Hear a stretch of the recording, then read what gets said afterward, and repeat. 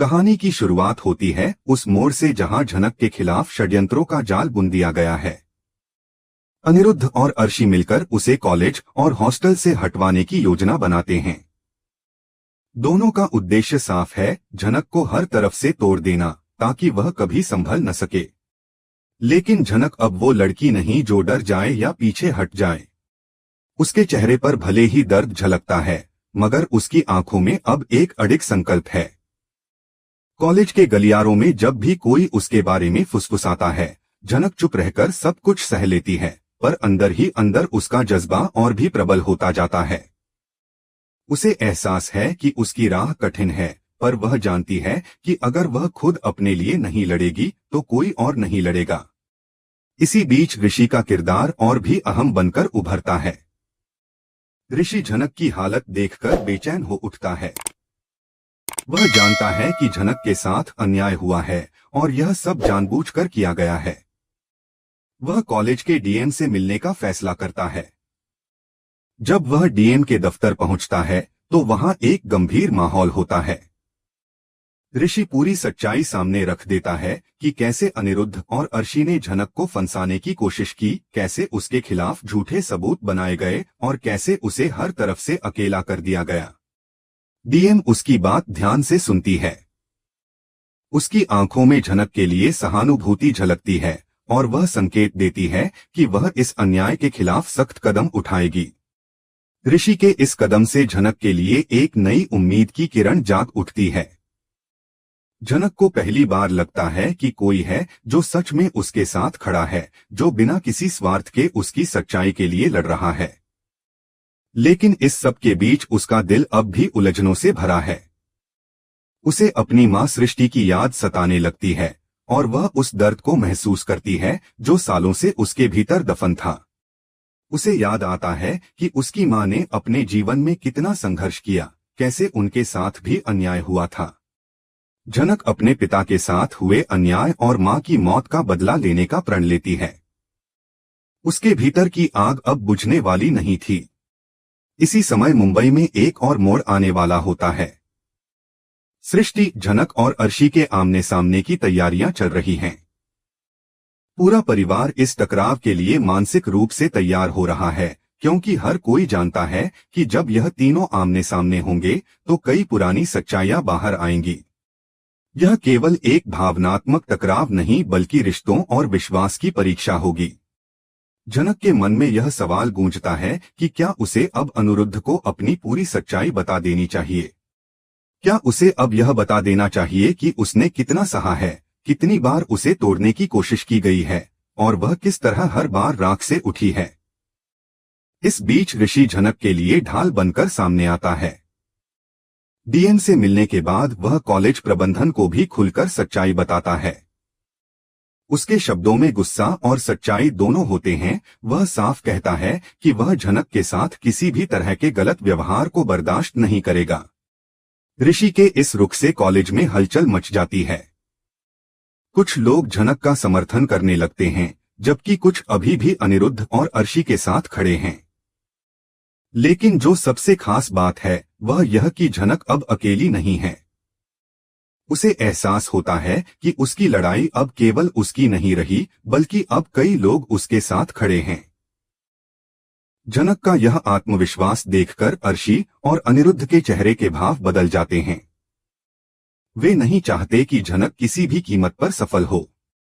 अर्शी के मन में ईर्ष्या है, जबकि अनिरुद्ध का अहंकार उसे यह स्वीकार नहीं करने देता कि झनक सच्चाई की राह पर उनसे आगे निकल सकती है।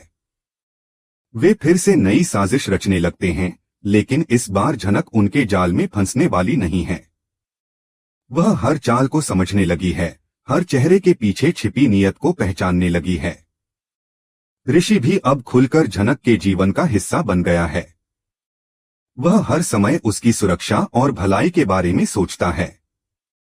हालांकि उसकी भावनाएं धीरे धीरे जलन में भी बदलने लगती हैं जब वह देखता है कि आयुष भी झनक की मदद कर रहा है। आयुष एक सच्चा और दयालु छात्र है जो झनक के संघर्ष को समझता है। उसने कई बार उसकी मुश्किलों में उसका साथ दिया है। लेकिन ऋषि को यह पसंद नहीं आता। वह झनक से साफ कहता है कि उसे आयुष से दूर रहना चाहिए क्योंकि कॉलेज में हर लड़का भरोसेमंद नहीं होता। यह सुनकर झनक कुछ पल के लिए चुप रह जाती है, पर उसे एहसास होता है कि ऋषि की बात के पीछे सिर्फ चिंता नहीं बल्कि एक गहरी जलन भी छिपी है। इसी दौरान झनक की मेहनत आखिरकार रंग लाती है। डीएम के हस्तक्षेप और ऋषि की कोशिशों से कॉलेज प्रशासन उसे दोबारा एडमिशन और हॉस्टल की सुविधा देने का फैसला करता है। जब झनक यह खबर सुनती है तो उसकी आंखों में खुशी के आंसू आ जाते हैं। उसे लगता है कि आखिरकार उसने अपने सपने की दिशा में पहला कदम उठा लिया है। वह कहती है, मैं अपने कॉलेज में एडमिशन लेकर रहूंगी और एक दिन डॉक्टर बनकर दिखाऊंगी। उसकी आवाज में वो दृढ़ता होती है जो किसी भी तूफान को मात दे सकती है। पर कहानी यहीं खत्म नहीं होती। अर्शी और अदिति यह सब देखकर आग बबूला हो उठते हैं। वे चाहते हैं कि झनक की जिंदगी फिर से कठिन बना दी जाए, लेकिन इस बार झनक पहले जैसी नहीं है। उसने सीख लिया है कि उसे किसी से डरना नहीं है। वह अपने अधिकारों और सपनों के लिए खड़ी हो चुकी है। अब न तो उसे झूठे आरोप रोक सकते हैं, न ही किसी की साजिश। कॉलेज के नए सत्र की सुबह थी जब झनक ने अपने भीतर के डर और उम्मीदों के बीच एक नया कदम रखा। वह जानती थी कि यह राह आसान नहीं होगी, लेकिन अब उसके पास एक मकसद था, अपनी पढ़ाई, अपना सपना और खुद की पहचान। ऋषि, जो अब तक उसके साथ खड़ा रहा था, उसे समझा चुका था कि दोस्ती से ज्यादा जरूरी उसका लक्ष्य है। उसने झनक से साफ कहा था कि कॉलेज उसके लिए पढ़ाई की जगह है, न कि किसी रिश्ते की जटिलता का मैदान। यह सुनकर झनक थोड़ी खामोश जरूर हुई, मगर उसने ऋषि की बातों में छिपी सच्चाई को समझ लिया। ऋषि का डर था कि कहीं झनक उसके हाथों से फिसल न जाए और वह उसे उसके सपनों से भटकने नहीं देना चाहता था। इसी सोच के साथ ऋषि झनक को शिक्षा मंत्री के ऑफिस लेकर गया, जहां दोनों के बीच एक बेहद भावुक बातचीत हुई। शिक्षा मंत्री ने झनक को भरोसा दिलाया कि अब उसे किसी से डरने की जरूरत नहीं है। उन्होंने कहा, तुम्हारे पास अब एक मकसद है झनक, और मैं तुम्हारे साथ हूं। अगर तुम्हें किसी पर शक हो, किसी भी बात की चिंता हो, तो मुझसे सीधे बात करना। मगर झनक ने वहां अनिरुद्ध और अर्शी का नाम लेने से इनकार कर दिया। वह नहीं चाहती थी कि किसी की बेइज्जती हो, चाहे उन्होंने उसके साथ कितना भी गलत क्यों न किया हो। झनक के लिए यही काफी था कि अब उसे हॉस्टल में रहने की जगह मिल गई थी और वह बिना किसी डर के पढ़ाई कर सकती थी। ऋषि ने भी शिक्षा मंत्री से बात करते हुए झनक के सपनों का समर्थन किया। उसने साफ कहा कि वह हर हाल में झनक के साथ खड़ा रहेगा। लेकिन कहानी में मोड़ तब आया जब मिस्टी ने यह सब कुछ अदिति को जाकर बता दिया। अदिति, जो पहले से ही झनक के नाम से चिढ़ती थी, अब पूरी तरह से टूट गई। उसे लगा जैसे ऋषि ने एक बार फिर उसे धोखा दिया है। उसके लिए यह सबसे बड़ा आघात था, क्योंकि उसने सोचा था कि ऋषि अब सिर्फ उसका है, मगर वह फिर से झनक के साथ देखा गया। घरवालों ने भी ऋषि को झनक की मदद करते हुए देख लिया था और यही बात आग में घी का काम कर गई। अदिति का गुस्सा अब फटने ही वाला था। अदिति का यह गुस्सा कॉलेज तक पहुंच गया, जहां झनक का पहला दिन शुरू हुआ। कॉलेज का माहौल काफी तनावपूर्ण था।